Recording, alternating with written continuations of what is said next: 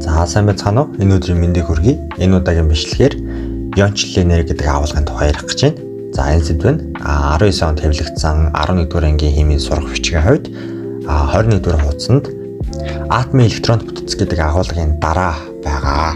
За ингээд шууд агуулга тайлбарлаж эхлэе.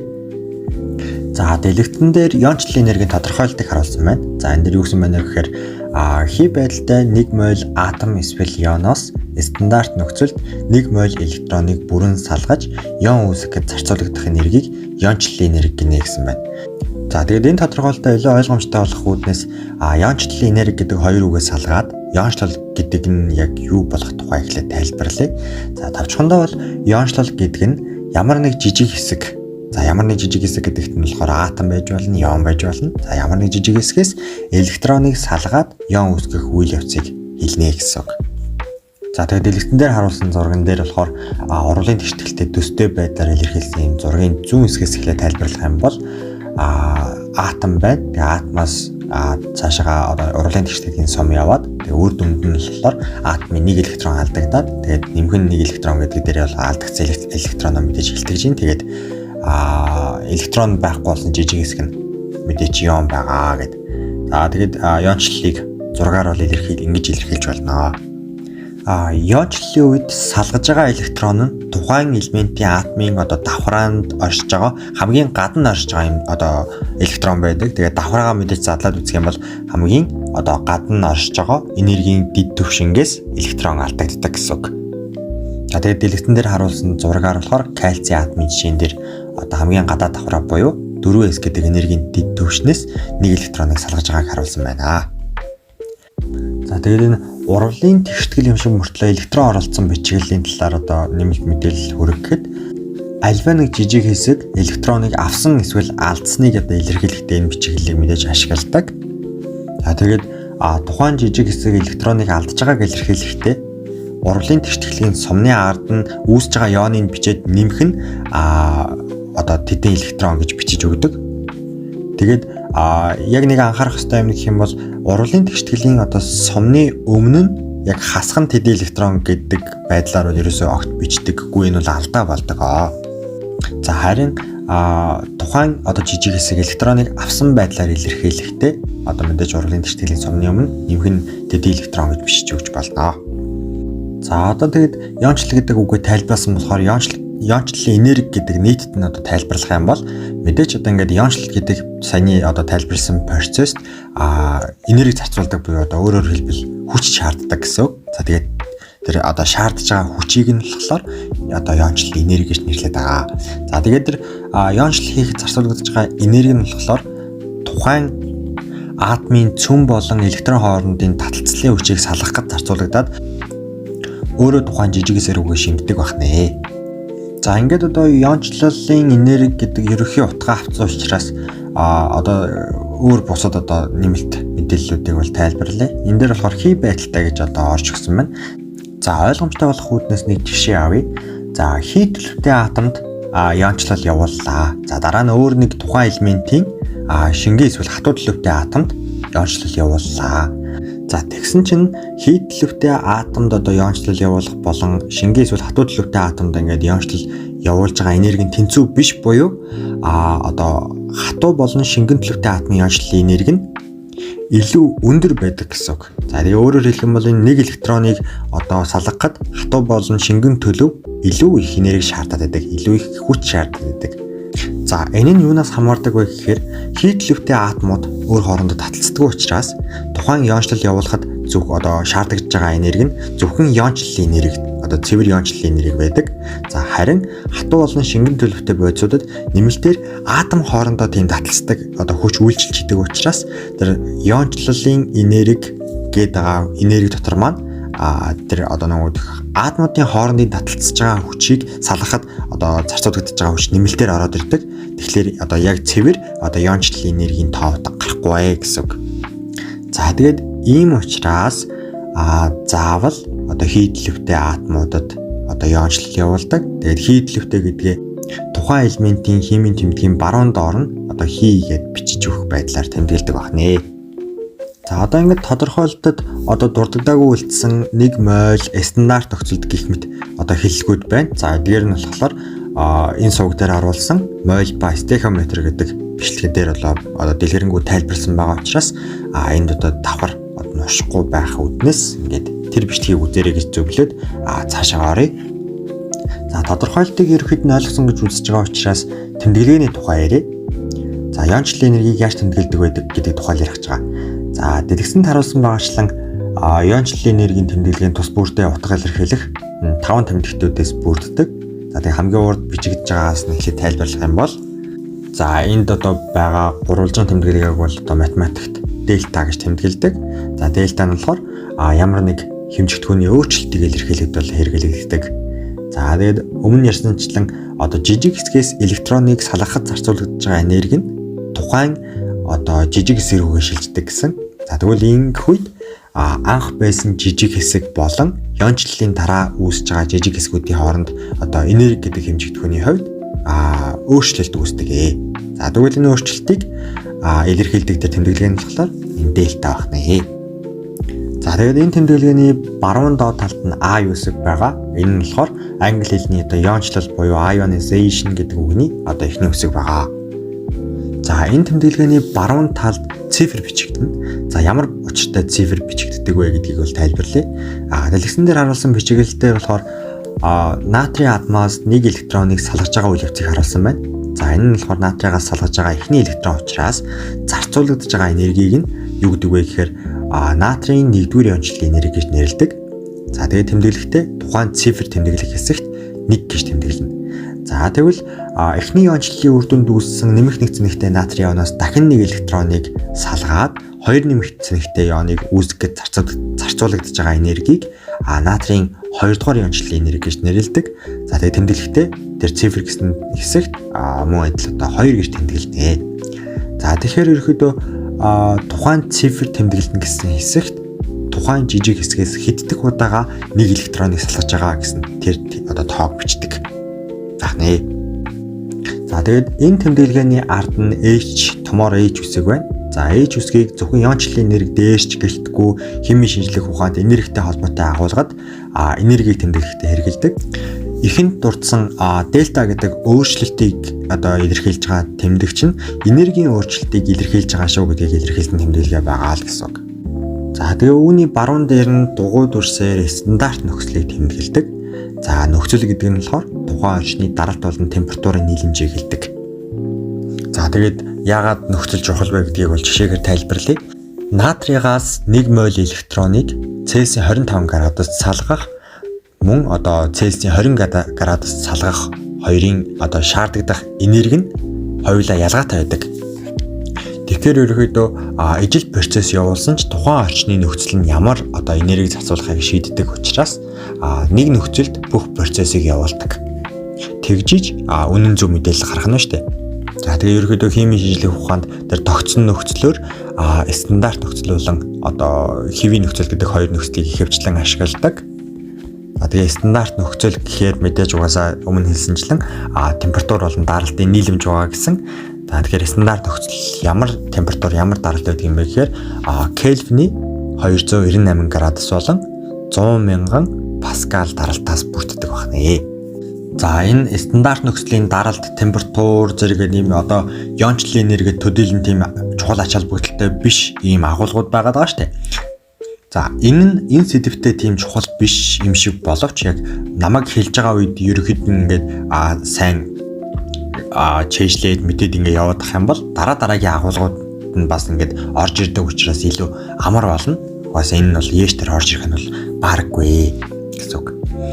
За тэмдэглэгээний тухай ойлгосон байх гэж дүгнээд цаашаа иончлалын энерги гэдэг хэмжигдэхүүний нэгжийн талаар ярих гэж байна. За тэгээ иончлалын энергийг болохоор килжоул, моль одоо нэгжээр хэмждэг.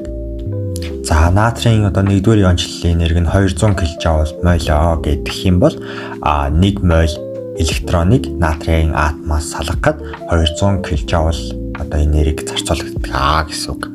За одоо дараагийн дэд агуулга ярив. За энергитэй холбоотой процессууд дээр тухайн процессор өөрчлөгдсөн энергийн тоон утгаас гадна тухайн тоон утга нь нэмэх үү эсвэл хасах уу гэдэг нь бол маш чухал ач холбогдолтой байдаг.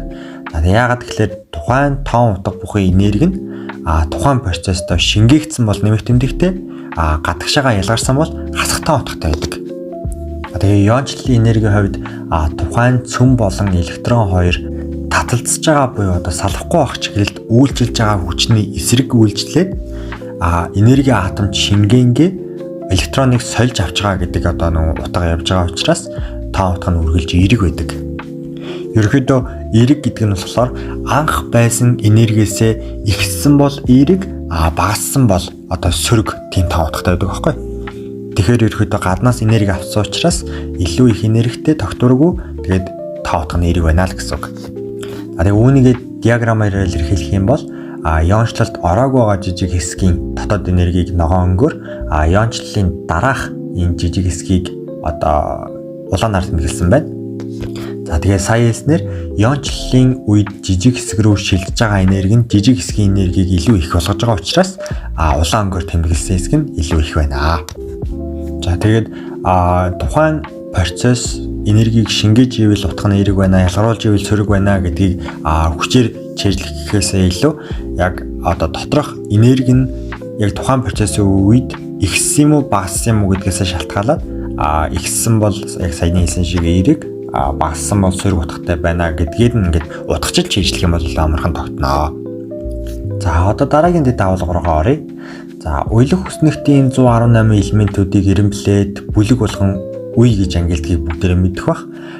Иончлалын энергийг анхнысын эрдэмтэн маань нэг үеийн бүх элементүүдийг анхдагч иончлалын энергийг нь харьцуулж үзээд тодорхой нэг зүй тогтол ажиглагдж байгааг анзаарсан. Тэгээд мөн түүнийхээ хажуугаар тодорхой бүлгүүдэд тухайн зүй тогтол бас алдагдж байгааг анзаарсан байх нэ. За тэгэхээр үүний тухай буюу иончлалын энерги уйлах хүснэгтийн үеийн болон бүлгийн дагуу ямар зүй тогтолтой байдаг тухай ярих гэж байна. За шууд X-н эсвэл буурна гэж хэлэхээс өмнө тухайн зүй тогтолд нөлөөлж болох хүчин зүйлсийг ингээд дурдаад тайлбарлаад ингээд ойлгуулчих юм бол цээжлэгт илүү амар болно. За тэгээд иончлалын энерги нь тухайн атомын цөмдөх протон болон орбиталд байгаа электроны таталцлаас үүсэж байгаа хүчийг давж гаргахад чиглэгддэг учраас нэгт болохоор тухайн атомын цөмд байх протоны тоо гэдэг зүйл нөлөөлдөг. За нөгөөх нь болохоор хоёрт тухайн электрон болон цөм хоорондын зай гэдэг хүчин зүйл нөлөөлнө. Зай нь ерөнхийдөө хол байх тусмаа тэдгээрийн дундуур орох электроны тоо олон болно. Тэр дундуур нь байгаа электроны тоо олон болох тусмаа иончлагдж байгаа электроныг маань улам тэр цөмийн үйлчлэлээс халахалж өгөөд иончлалын энергийг илүү бага болгох буюу илүү амархан байдлаар авагдахад хүргэдэг. За эсвэргээрээ цөөхөн давхраатай тэгээд цөмдөө илүү ойрхон байх тусмаа тэр нэг дундуур нь байгаа электронуудын халахлах нөлөө илүү багаснаас үүдээд иончлалын энергийн тоо утга нь илүү өндөр болдог гэсэн үг. За тэгээд цөмд байх протоны тооны хувьд ярих юм бол протоны тоо их байх тусмаа электроныг цөмдөө илүү хүчтэй татна. Тэгээд түүнийг салгахад зарцуулагдах хүч нь тэр чинээгээрээ илүү их болох буюу иончлалын энерги их болно. За тэгэхээр протоны тооноос иончлалын энерги шууд хамаарна. Электроны болон цөм хоорондын зайнаас уруу хамаарна гэсэн үг. За энэ хоёр нөлөөлөх хүчин зүйлийг мэдэж авснаар тухайн үе болон бүлэг дээрээ энэ хоёр хүчин зүйл нь хэрхэн нөлөөлж байгаагаар яг үеийн дагуу ихсэн ч гэдэг юм уу, буурна ч гэдэг юм аа тэр тайлбар хийнэ гэсэн үг. За бүлгийн дагуу иончлалын энергийн зүй тогтол ямар байхыг тайлбарлая. Тухайн элементийн оршиж байгаа үеийн дугаар нь тухайн элементийн атомд байх давхрааны тоог илтгэдэг тухай өмнөх бичлэгүүд дээр олон ярьж исэн. За мөн иончлалын үед хамгийн гадна орших электрон алдагддаг учраас тухайн элементийн атомын давхрааны тоо нь шууд цөм болон электроны хоорондын зайг илэрхийлнэ гэсэн үг. Өөрөөр хэлэх юм бол олон давхраатай байх тусмаа тэр цөм болон электрон хоорондын зай нь улам холдно гэсэн үг. Ингээд үзэх юм бол бүлгийн дагуу доошлох тусам цөмөөсөө илүү азлагдаад халахлах нөлөө нь ихсээд иончлалын энерги буурдаг. Бүлгийн дагуу иончлалын энерги буурдаг. За харин нөгөө нөлөөлөх хүчин зүйл буюу цөмдөх протоны тоо нь бүлгийн дагуу доошлох тусам ер нь бол ихсдэг. Иончлалын энерги ихсэх чиглэлд нөлөөдөг гэсэн үг шүү дээ. Гэхдээ энэ хоёр хүчин зүйл нь эсрэг чиглэлд ингээд нөлөөлөд байгаа буюу нэг нь иончлалын энергийг өсгөх чиглэлд нөлөөлдөг, нөгөөх нь бууруулах чиглэлд нөлөөлж явах юм бол атомын цөм болон электрон хоорондын зайн илүү давмгай нөлөө үзүүлдэг учраас бүлгийн дагуу зайн холдоод иончлалын энерги багасгах нөлөө үзүүлж байгаа учраас шууд зайныхаа нөлөөлж байгаа нөлөөллийг дагнаа гэсэн үг. За тэгэхээр яалтчгүй бүлгийн дагуу иончлалын энерги буурах нэ. За одоо харин үеийн дагуу өөрчлөгдөх зүйл бодлыг авч үзье. Нэг үеийн элементүүд нь ижил тооны давхраатай учраас цөм ба электрон хоорондын зай гэдэг нөлөөлөх хүчин зүйл нь шууд өөрчлөгдөхгүй буюу хамаагүй болж байгаа. За тэгэхээр иончлалын энергийн тоо утга нь хэрхэн өөрчлөгдөх нь цөмдөх протоны тоноос шууд хамаарна гэсэн үг. За тэгэхээр үеийн дагуу баруун тийш шилжих тусам атомын цөм дагуулгадах протоны тоо нэмэгддэг учраас шууд иончлалын энергийн дагаад ихсдэг байх нэ. Тэгээд үе болгоны хамгийн ард байрладаг элементүүд нь тухайн үеийнхээ хамгийн өндөр иончлалын энергитэй элементүүд байдаг байна гэсэн үг. За тэгээд нэгтгэж хэлэх юм бол бүлгийн дагуу дээрээс доошлох тусам иончлалын энерги буурдаг бол үеийн дагуу зүүнээс баруун тийш иончлалын энергийн тоо утга ихсдэг. За одоо ерөнхий зүй тогтлыг ойлгосон бол зүй тогтол алдагдах нэг хоёр тохиолдол байдаг. Тэрийг тайлбарлая. Үеийн дагуу 2А-гаас 3А бүлэг рүү мөн 5А-гаас 6А бүлэг рүү шилжих үед иончлалын энергийн бууралт ажиглагддаг. За тэгээ 2А бүлгээс 3А бүлэг рүү шилжих үед яагаад өсдөггүй вэ? Яагаад буурдаг вэ гэдэг тухай тайлбарлая. За магний болон хөнгөн цагааны электрон бүтцтэй тайлбарлая. За магнийн электрон бүтцэд 3S энергийн дэд түвшин электроноор дүүрэн байдаг. За тэгээ эндээс дараагийн элемент болох хөнгөн цагаан руу шилжихэд 3p энергийн дэд түвшин 1 электронтой болдог. 3p энергийн дэд түвшин 3s энергийн дэд түвшнийг бодох юм бол харьцангуй зайтай байрладаг учраас 3s энергийн дэд түвшинд байрлаж байгаа электроноор тодорхой хэмжээгээр халахлагддаг. Өөрөөр хэлэх юм бол 3s энергийн дэд түвшинд байрлах электронууд нь 3p энергийн дэд түвшинд байрлаж байгаа электроны цөм татагдах хүчийг тодорхой хэмжээгээр хааж өгснөөр иончлал хийхэд илүү амархан болгож өгдөг гэсэн үг. За ийм учраас 2А бүлгээс 3А бүлэг рүү шилжихэд яг үүнтэй адилхан зүй тогтлоор иончлалын энергийн бууралт илэрдэг байна. За одоо 5А бүлгээс 6А бүлэг рүү шилжих үеийн иончлалын энергийн бууралтыг хөхөр болон фосфор зэрэг элементүүд дээр тайлбарлая. За фосфор нь 3p энергийн дэд түвшиндээ 3 электронтой. Тэдгээр нь болохоор p энергийн дэд түвшинд байгаа 3 орбитал дээр нэг-нэгээрээ байрладаг. Харин хөхөрт байх нэгээр илүү тооны электрон нь тэдгээр 3 хослоогүй электроны нэгэнтийн чөлөө тус электрон үүсгэх байдлаар байршдаг. За тэгээ электронууд нь ерөөдөө ижил цэнэгтэй игэл хэсгүүд учраас ижил цэнэгтэй игэл хэсгүүд хоорондоо түлхэлцдэг гэдэг тийм нэг физикийн хуулийн дагуу хоорондоо тодорхой хэмжээгээр түлхэлцдэг. Тэгээ энэ түлхэлцэл нь фосфорын хослоогүй электроныг салгаж авахаас хөхрийн чөлөө тус электроны нэгийг салгаж авах нь илүү харьцангуй амархан болгодог байх нэ. За тэгээ мөн адил ийм зүй тогтлоор бүх үеийн 5А-гаас 6А бүлэг рүү шилжих үед иончлалын энергийн бууралт ажиглагддаг. За сая бол нэг үед байгаа дараалсан элементүүдийн анхдагч иончлалын энергийн зүй тогтлыг тайлбарлалаа. Одоо харин сурах хүчгээр байдаггүй дасгал дээр онлынхаа дагуу ороод ирдэг нэг тийм даалгаврын тухай яриад бичлэгээ дуусгая. За тэр онцлог дасгал дээр болохоор өгөгдөл дээр нь нэг элементийн дараалсан 8 ч юм уу тийм олон тооны иончлалын энергийг өгсөн байдаг. За тэрнээс цаашаа тухайн элементийн ойшдог бүлгийг ч юм уу тийм олох тийм ижил төстэй дасгалуудыг ингээд ажилладаг. За тэгэхээр тэр дараалсан 8 иончлалын энергиэс бидийг юуг харж чаддаг байх ёстой вэ гэхээр хамгийн ихэнд бидний ингээд мэдэх ёстой зүйл нь нэг атомоос нэгээр нь ингээд 8 электроныг салгаж байгаа учраас иончлогдож байгаа электрон нь гаднаасаа нэгээрээ төгдөж байгаа гэдэг утгаараа электрон болон цөм хоорондын зайн илүү ойртож өгдөг. За тэгээд зай ихсэж байгаа учраас илүү татагдахад амар болдог гэж гэдэг юм уу те. Тэгээд илүү иончлалын энерги нь ихснэ. За тэгэхээр ерөөдөө иончлалын энерги нь бол өсөх нь ойлгомжтой. Тэгэхээр өсөж гинэ үгүй юу гэдгийг харахаас илүү яг аль нь дээр нь огцом өсрэлт хийж байгаа гэдгийг харна.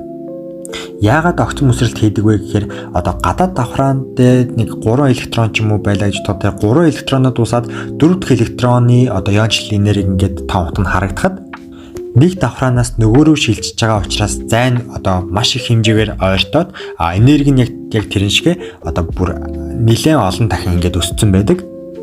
За тэгэхээр энэ одоо иончлалын энергийн том утгын огцом энэ өөрчлөлтийг яг давхраа хоорондын шилжилт гэж одоо авч үзэх нь зүйтэй. За тэгээд жишээлх юм бол магний иончлалын энергийг ингээ харах юм бол хамгийн эхний иончлалыг 738 кJ энерги зарцуулсан гэдгсэн байна. За дараагийн иончлалын болохоор 1451 кJ мойл байгаа. За энэ нь угаасаа ингээ тодорхой хэмжээгээр өсөж байгаа гэж одоо мэдж байгаа ч гэсэн төдийлөн бол их өсөлт биш. Өөрөөр хэлбэл давхраа хоорондын шилжилт биш гэсэн үг. За тэгээд тэрний дараа болохоор гадаад давхрааны 2 электрон иончлогдож дууссан учраас дотоод давхрааны электрон иончлогдох үед 7733 кJ гээд бүр үлэмж их тийм одоо өсөлт мэдэгдсэн. За тэгэхээр одоо энэгээр бид юу гэж харах вэ гэхээр хоёр бага энерги одоо бүхийг одоо гадаад давхрааны электрон байсан юм байна гэдгээрээ үзээд гадаад давхраанд 2 электронтой байна гэдэг тийм дүгнэлтийг хийх боломжтой. За тэгэхээр гадаад давхраанд 2 электронтой элементүүд нь 2А бүлгийн элементүүд байж болдог учраас тухайн элементийн бүлгийг олох боломжтой. Түүнээс бол яг ингээд тухайн элементээ яг энэ элемент байна гэж олоход бол ерөөдөө бэрхшээлтэй гэсэн үг. За тэгээ одоо ингээд иончлалын энергийн тухай агуулга ерөөдөө ингээд дууслаа. За тэгээ энэ удаагийн бичлэгээр иончлалын энерги гэх агуулгыг ийшд орж ирдэг бүхэл хэлбэрийг нь бол тайлбарлалаа. Та үүнийг дасгал ажил дээр баттгаад олон дахин удаа давтснаар өөрийн мэдлэг чадвараа дэвшлэх бүрэн боломжтой шүү. За баярлалаа.